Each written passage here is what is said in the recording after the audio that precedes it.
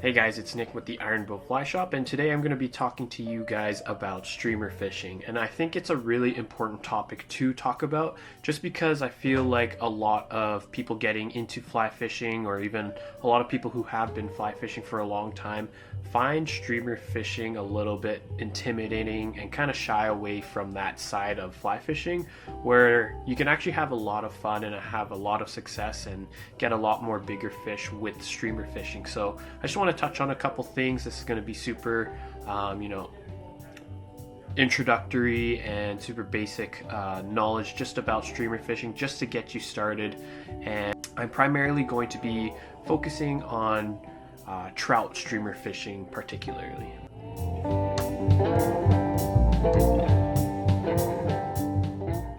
So what is streamer fishing? Basically, we're using streamers to mimic bait fish patterns and other small fish in our water systems to entice fish to eat larger meals. And it can be a really effective way at catching larger fish, as they are more enticed to go for those larger meals. So why do a lot of fly anglers shy away from streamer fishing in general? I think one of the biggest aspects that is very intimidating for a lot of fly anglers is having to cast really big flies, something like this. But it doesn't always have to be like that. Streamers can be as small as something like this, a size 10 woolly bugger, and that would still be as effective, if not more, than something as big as this 6-7 inch streamer. So before you even get out there to start streamer fishing, I think what's really important is to have the right gear necessary to help you be more successful in streamer fishing. So let's talk about rod setups, let's talk about line setups, and then in a future video we'll go over casting techniques and what we can really do to help you cast those bigger flies and really get them out there. And then we'll also talk about retrieves in that video. But for now, let's talk about what kind of gear you need to get out there and start streamer fishing. So starting off with rods, you're gonna want a rod that has a lot of power, faster action, and what that essentially helps you with is really casting those heavier lines, heavier flies, and really getting those flies out there, those streamers out there. And yeah, it'll help you really cast those flies a lot easier, as those heavier, more powerful rods will be able to handle that extra weight that you're casting. Let's talk about what kind of setup you need. So I would definitely say for trout fishing, a 9-foot, 6, 7, or 8 weight is going to be really effective at throwing those really big flies. And depending, a lot of people really like the 6 weight for streamer fishing because it's a lighter rod, you can cast a lot, and it won't really fatigue your shoulder and your arm throughout the day if you're doing streamer fishing for a long time. But with things in the streamer world of our flies getting bigger and bigger, a lot of people do also like a 7 weight, and that 7 weight will just give you that extra power to cast those really big flies, like your Dungeons and your big articulated flies like this. And yeah, that might be what you like to do, bigger flies, so maybe a 7 weight will be perfect for you. For the 8 weight, I think that really comes into the realm of if you're going more into like bigger fish, that if you're targeting bull trout, for example. So for bull trout, a lot of people do fish flies that are up to 10 inches, so an 8 weight will definitely be really effective at carrying those flies and turning them over when you're fishing them. With that, I think as long as you've got those things down, you got a fast action rod with a lot of power in it, and it can cast heavier lines. It kind of comes down to price point, I feel like, which can be the main deciding factor for a lot of these things. So let's break it down into 3 different price points here. Let's talk about some lower price point options, more budget options that are let's say $200 to $400. And then from there we'll go some more mid-level priced rods that are maybe in the more 500 to 800 realm, and then the more higher end rods, which are 900 plus. All right, let's start off with the lower end price point of rods that I think will be really effective for someone just starting out in streamer fishing. So one of them I think is a Redington Vice. That is a really good, best bang for your buck fly rod for streamer fishing. It is a fast action rod. It's got enough power to turn over some streamers. It does cover all of those weight ranges. You can get in a 6 weight, a 7 weight, and a 8 weight, and those will all be perfect for streamer fishing for trout. Another good rod that I think is going to do really well at streamer fishing and tossing those streamers is the Echo Boost Blue. It's again, fast action rod, very powerful. It's pretty stiff in the butt section, so it will be able to power through and cast those bigger flies, turning them over really nicely, matching it with the right line weight. Definitely gonna be a really good rod as well. Alright, now let's talk about the mid-price point, and this is going to be your price point from like $400 all the way up to $900, and this is where you start to see some rods being a little bit more streamer specific, let's say, where they are very powerful rods, very fast action rods, and they will be designed primarily for generating a lot of line speed. And so, starting off with the first one here, you've got the Echo Streamer X, and that's a really good rod designed for streamer fishing, and it's going to be a really good rod, really stiff butt section for turning over those flies and generating a lot of line speed for casting streamers. It's also comes in a 6, 7, and an 8 weight, so very versatile there. You can get it for whatever applications you are deciding to fish. Next, we've got the Orvis Recon, and that is also a really good rod. Very, again, fast action, stiff butt section, generates lots of line speed there. Comes in your 6, 7, and 8 weight as well, and so very versatile for whatever you need in your current applications. Getting up there in the a little bit higher end ranges, we've also got the Scott Wave and the G Loomis IMX Pro, and these are also very exceptional rods at streamer fishing, very good at casting those heavier lines, heavier flies, and they just give a lot of feel as well. So yeah, that kind of rounds off this mid-price section. Can't really go wrong with either of these rods. They're all great, all really good, all really built well for the purpose of casting streamers. Alright, let's talk about the higher price points now, and that's going to be your premium rods, which are, $900 and above. And I've got a couple recommendations here. They're all really great rods. Can't go wrong with any of these. So I got here on my list, I got the Scott Sector. That's a really great rod, super powerful rod. Lots of line speed generated from that rod. Really nice. And next up on my list, I've got the Sage Art 8 Salt, and that's going to be a really great rod, even for freshwater applications. I know salt's in the name, but it's going to be a really powerful rod. Think about when you're out there in those windy flats and you've got to power through that wind. It's got a lot of power, lots of line speed, and it will be perfect for casting those bigger flies. Next up on my list, I've got the Orvis Helios D, and that will be perfect for streamer fishing. That comes in 6 weight, 7 weight, 8 weight, and those will be perfect. They say it's their fastest action rod and it generates the most line speed, and so that's just going to be perfect applications for streamer fishing. And last but not least, on my higher price point rods, I've got the G Loomis NRX Plus, and this is a really great rod. I found when I was casting this, I've got a lot of feel through the casting stroke itself, and so it casts beautifully.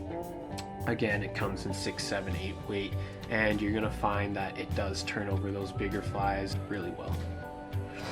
So with fly lines in streamer fishing, you're going to want a line that has a shorter, heavier taper.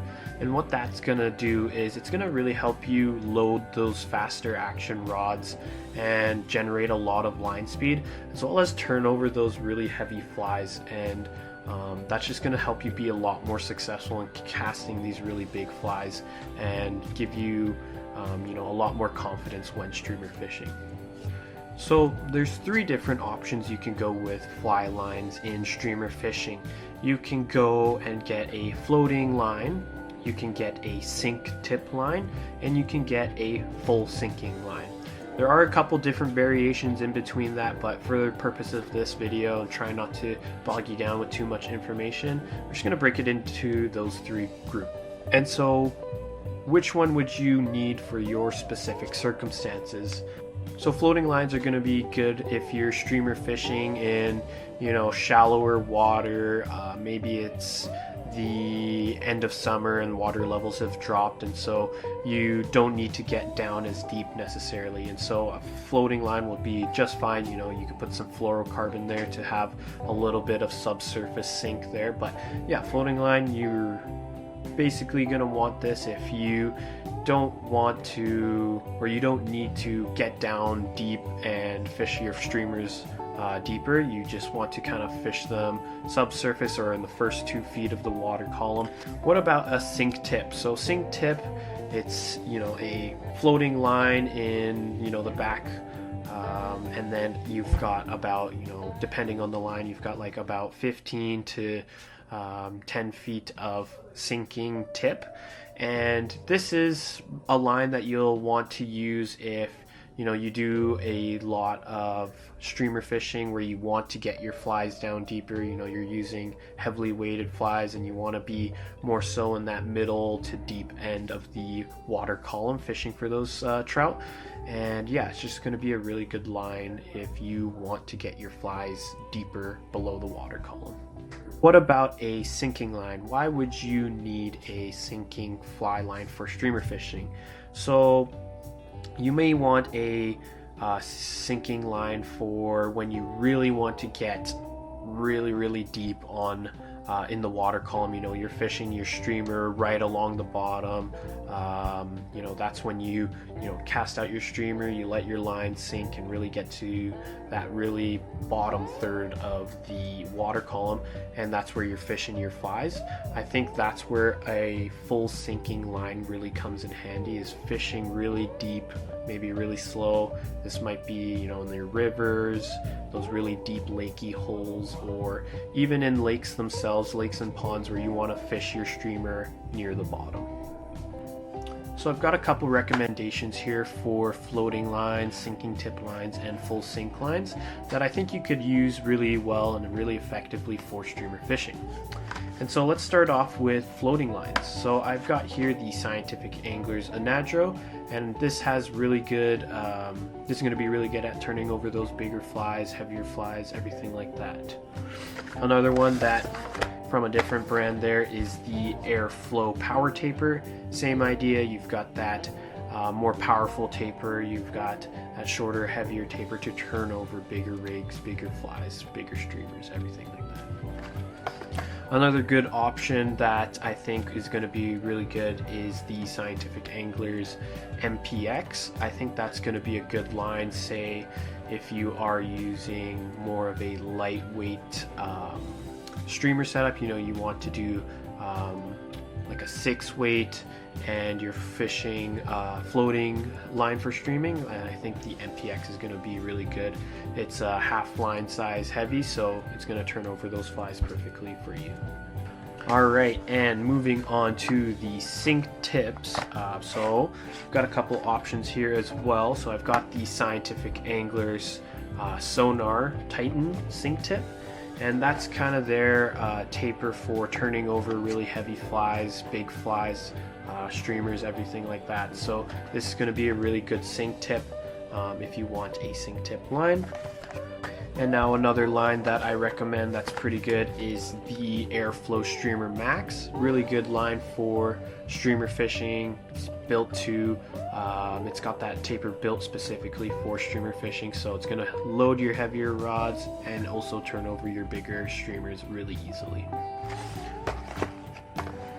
And then for a full sinking line, I am going to go to the Scientific Angler Sonar Stillwater Seamless Density. And that, again, full sinking line, really good taper for heavier flies, heavier streamers, and it's going to be perfect for streamer setups, and it casts really nicely. Alright, so now you've got your rod, you've got your fly line. Now you need a leader setup specific to how you are streamer fishing. And so for the leader, you want a leader with, if you make your own leaders or if you buy tapered leaders already, you want a leader that has a stiffer butt section, and that's going to be really, again, adding to that ability to turn over those bigger flies a lot easier. The energy from your fly line is going to transfer into the butt section of that leader, and if you have a stiffer, thicker butt section in your leader, it's just going to carry that energy forward a lot more nicely to the end of your tippet where your streamer is, and you're making the casting a lot easier for yourself. And so finding a leader that does have a stiffer butt section that is a little bit shorter for streamer fishing is going to be very important to your success and comfortability in casting those streamers. So there's going to be a little bit of a difference in the leader length you do use depending on if you're using a floating line or a sinking line, and for that reason being is because you want the actual sinking part of your fly line to actually pull down the fly and the leader together. So if it's too far or if your leader's too long, you're actually going to get a situation where your line is sinking faster than your actual fly, and you get a bow in your line or in your setup, and that's going to be your fly being higher than your actual sinking line. So you want to keep your leader shorter if you're using a sinking line. So if you are using something like a floating line like this one that I mentioned, you're going to want to use about a 6 to 7 foot long leader material. As for sink tips, like I mentioned, you want the actual fly line, that sinking part of the fly line, to be pulling down the fly. And so you're going to want to shorten up your leader up to 2 to 3 feet. And that's going to keep your fly far enough from your line so fish aren't getting spooked, but it's also going to keep it close enough such that your fly is actually being dragged down by your fly line and getting down deep where you want your streamer to be. So again, for floating line, you want to be using that longer 6 to 7 foot range leader, and then for sinking line, shorten it up so that you're able to keep that connection between your fly and your actual sinking line. Now for the material that you do use for your leader, totally up to you.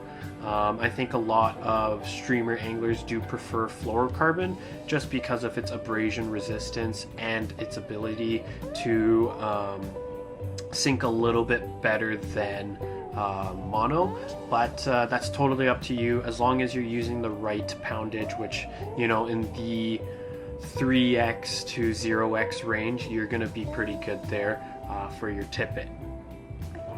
So that kind of wraps up everything that I wanted to talk to you about streamer fishing for now.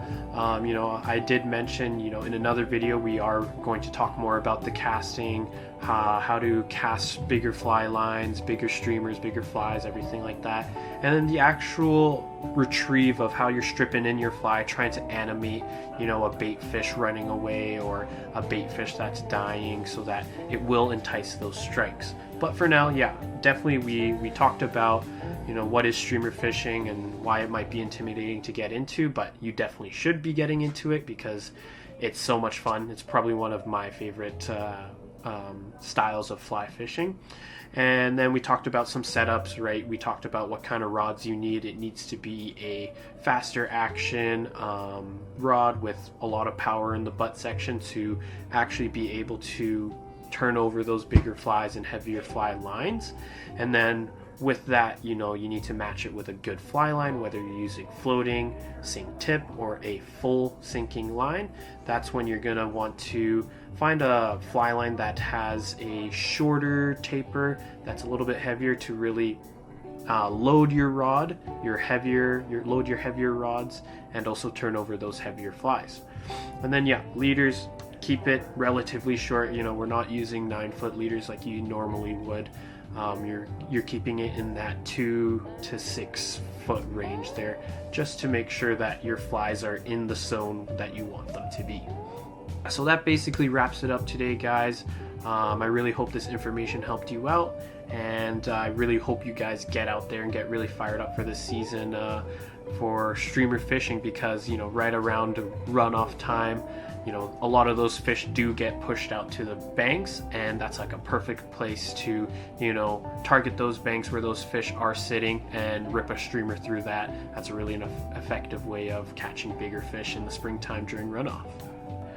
Again, as always, if you guys have any questions, please feel free to leave it down in the comments below and we'll get back to you, or give us a call in the shop, visit us in the shop. We're always happy to help you with any of your questions, and we really hope you guys get into streamer fishing this season.